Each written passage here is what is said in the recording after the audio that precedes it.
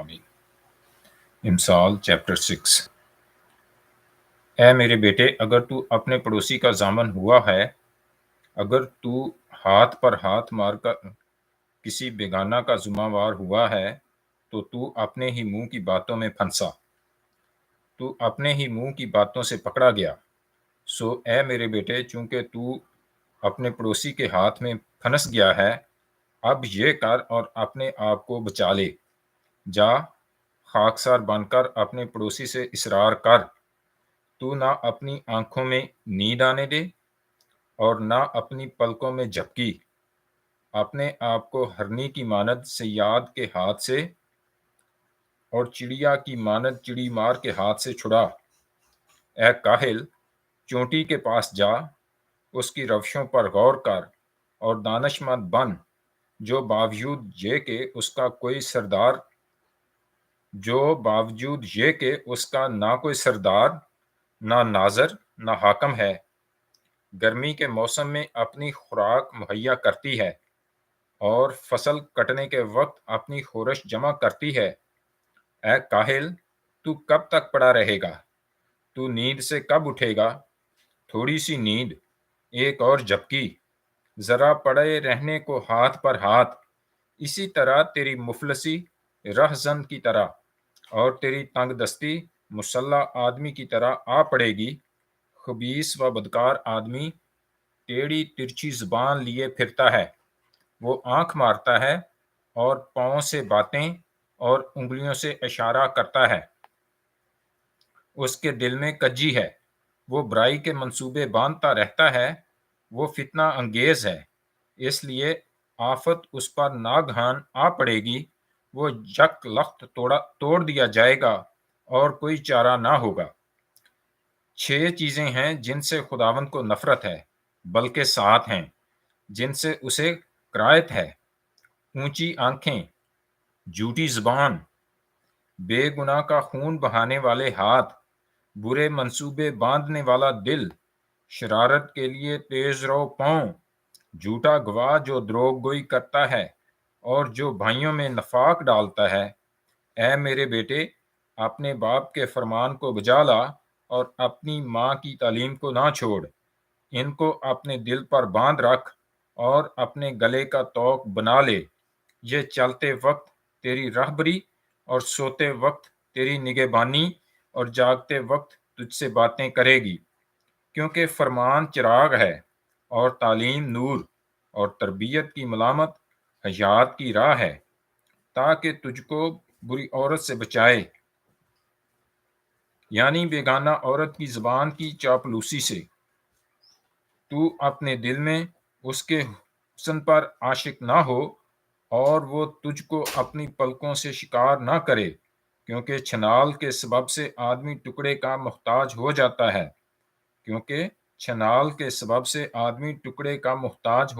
ہے، اور زانیہ قیمتی جان کا شکار کرتی ہے۔ کیا ممکن ہے کہ آدمی اپنے سینہ میں آگ رکھے؟ کیا ممکن ہے کہ آدمی اپنے سینہ میں آگ رکھے اور اس کے کپڑے نہ جلیں، یا کوئی انگاروں پر چلے اور اس کے پاؤں نہ جھلسیں؟ وہ بھی ایسا ہے جو اپنے پڑوسی کی بیوی کے پاس جاتا ہے، جو کوئی اسے چھوئے بے سزا نہ رہے گا۔ چور اگر بھوک کے مارے اپنا پیٹ بھرنے کو چوری کرے تو لوگ اسے حقیر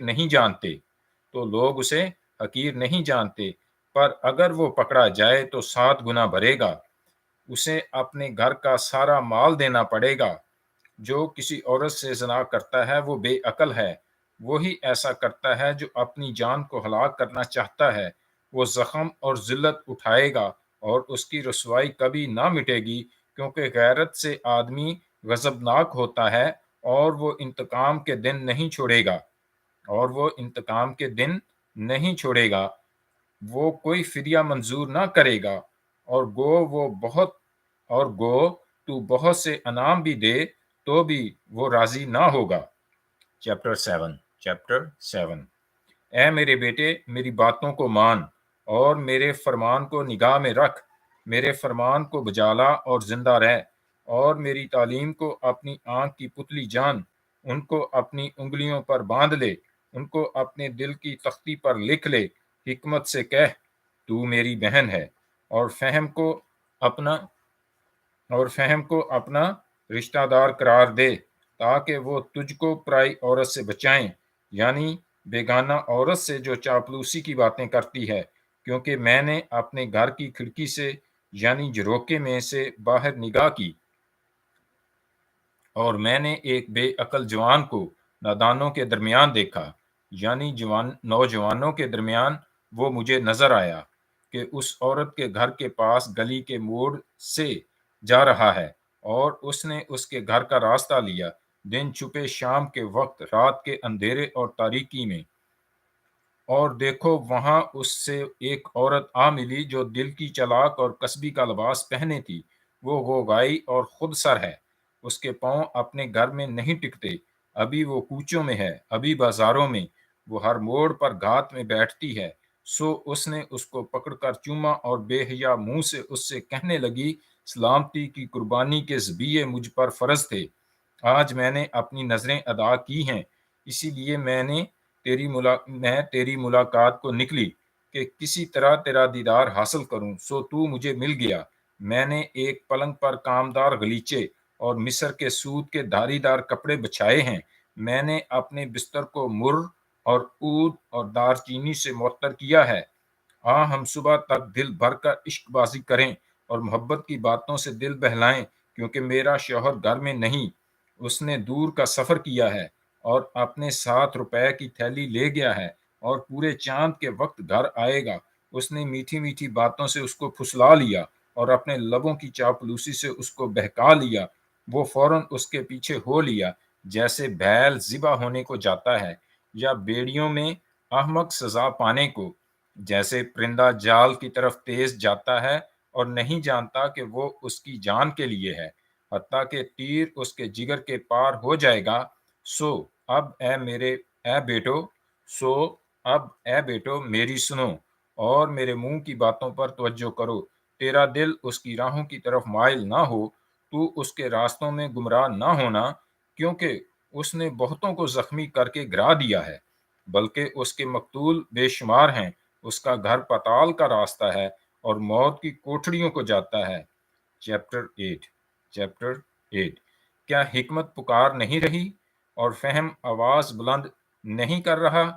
وہ راہ کے کنارے کی اونچی جگہوں کی چوٹیوں پر، جہاں سڑکیں ملتی ہیں، کھڑی ہوتی ہے، پھاٹکوں کے پاس شہر کے مدخل پر، یعنی دروازوں کے مدخل پر وہ زور سے پکارتی ہے، اے آدمیوں، میں تم کو پکارتی ہوں، اور بنی آدم کو آواز دیتی ہوں، اے سادہ دلو ہوشیاری سیکھو، اور اے اہم کو دنا دل بنو، سنو، کیونکہ میں لطیف باتیں کہوں گی اور میرے لبوں سے راستی کی باتیں نکلیں گی، اس لیے کہ میرا منہ سچائی کو بیان کرے گا اور میرے ہونٹوں کو شرارت سے نفرت ہے۔ میرے منہ کی سب باتیں صداقت کی ہیں، ان میں کچھ ٹیڑھا ترچھا نہیں ہے۔ سمجھنے والے کے لیے وہ سب صاف ہیں، اور علم حاصل کرنے والوں کے لیے راست ہیں۔ چاندی کو نہیں بلکہ میری تربیت کو قبول کرو، چاندی کو نہیں بلکہ میری تربیت کو قبول کرو، اور کندن سے بڑھ کر علم کو، کیونکہ حکمت مرجان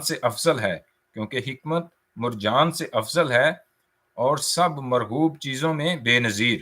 مجھ حکمت نے ہوشیاری کو اپنا مسکن بنایا ہے، اور علم اور تمیز کو پا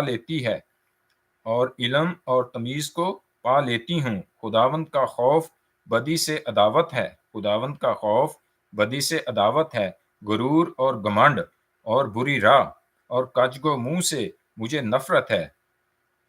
مشورت اور حماقت میری ہیں، فہم میں ہی ہوں، مجھ میں قدرت ہے، میری بدولت بادشاہ سلطنت کرتے اور عمرہ انصاف کا فتویٰ دیتے ہیں، میری ہی بدولت حاکم حکومت کرتے ہیں، اور سردار یعنی دنیا کے سب قاضی بھی۔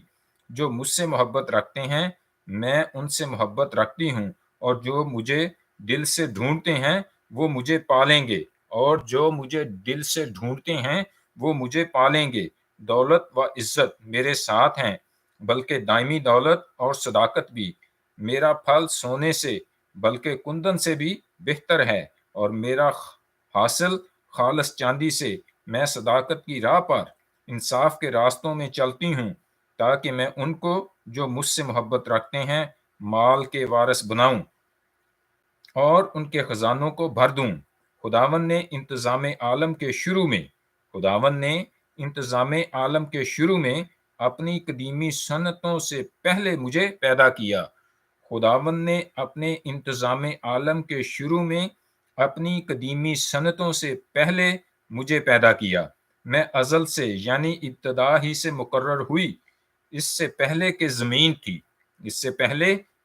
تھی۔ حکمت زمین سے پہلے تھی۔ میں اس وقت پیدا ہوئی جب گہراؤ نہ تھے، جب پانی سے بھرے ہوئے چشمے بھی نہ تھے۔ میں پہاڑوں کے قائم کیے جانے سے پہلے اور ٹیلوں سے پہلے خلق ہوئی، جب اس نے ابھی زمین کو جب کہ اس نے ابھی نہ زمین کو بنایا تھا نہ میدانوں کو، اور نہ زمین کی خاک کی ابتدا تھی۔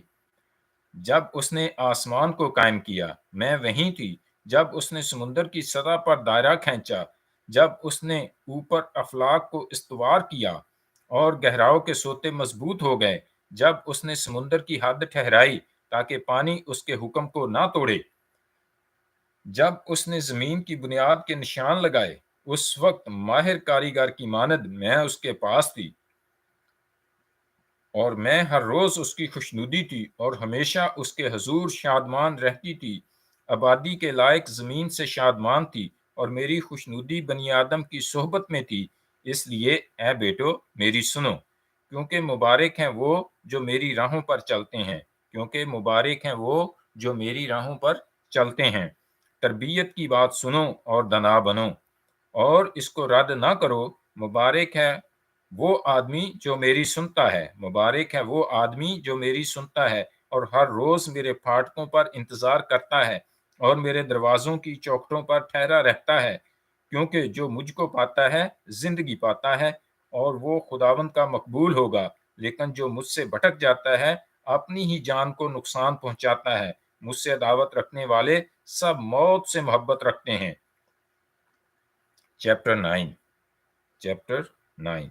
حکمت نے اپنا گھر بنا لیا، اس نے اپنے 7 ستون تراش لیے ہیں، اس نے اپنے جانوروں کو ذبح کر لیا اور اپنی مے ملا کر تیار کر لی۔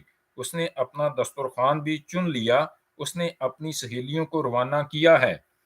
وہ خود شہر کی اونچی جگہوں کو پکارتی ہے، وہ سادہ دل ہے ادھر آ جائے، جو سادہ دل ہے ادھر آ جائے، اور بے عقل سے وہ کہتی ہے آؤ میری روٹی میں سے کھاؤ اور میری ملائی ہوئی مے میں سے پیو۔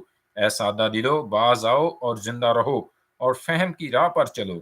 ٹھٹھا باز کو تنبیہ کرنے والا لان تان اٹھائے گا اور شریر کو ملامت کرنے والے پر دبا لگے گا۔ ٹھٹھا باز کو ملامت نہ کر، نہ ہو کہ وہ تجھ سے عداوت رکھنے لگے۔ دنا کو ملامت کر اور وہ تجھ سے محبت رکھے گا۔ دنا کو تربیت کر اور وہ اور بھی دنا بن جائے گا۔ صادق کو سکھا اور وہ علم میں ترقی کرے گا۔ خداوند کا خوف حکمت کا شروع ہے، اور اس قدوس کی پہچان فہم ہے، کیونکہ میری بدولت تیرے ایام بڑھ جائیں گے اور تیری زندگی کے سال زیادہ ہوں گے۔ اگر تو دنا ہے تو اپنے لیے، اور اگر تو ٹھٹھا باز ہے تو خود ہی بھگتے گا۔ احمق عورت وہ گائی ہے، وہ نادان ہے اور کچھ نہیں جانتی، اور اپنے گھر کے دروازہ پر شہر کی اونچی جگہوں میں بیٹھ جاتی ہے تاکہ آنے جانے والوں کو بلائے جو اپنے اپنے راستہ پر سیدھے جا رہے ہیں۔ سادہ دل ادھر آ جائیں، اور بے عقل سے وہ کہتی ہے چوری کا پانی میٹھا ہے اور پوشیدگی کی روٹی لذیذ، پر وہ نہیں جانتا کہ وہاں مردے پڑے ہیں اور اس عورت کے مہمان پاتال کی تہہ میں ہیں۔ چیپٹر 10 سلیمان کی امثال۔ دنا بیٹا باپ کو خوش رکھتا ہے، لیکن احمق بیٹا اپنی ماں کا غم ہے۔ شرارت کے خزانے ابس ہیں، لیکن صداقت موت سے چھڑاتی ہے۔ خداوند صادق کی جان کو فاقہ نہ کرنے دے گا، پر شریروں کی ہوس کو دور و دفع کرے گا۔ جو ڈھیلے ہاتھ سے کام کرتا ہے کنگال ہو جاتا ہے، لیکن محنتی کا ہاتھ دولت مند بنا دیتا ہے۔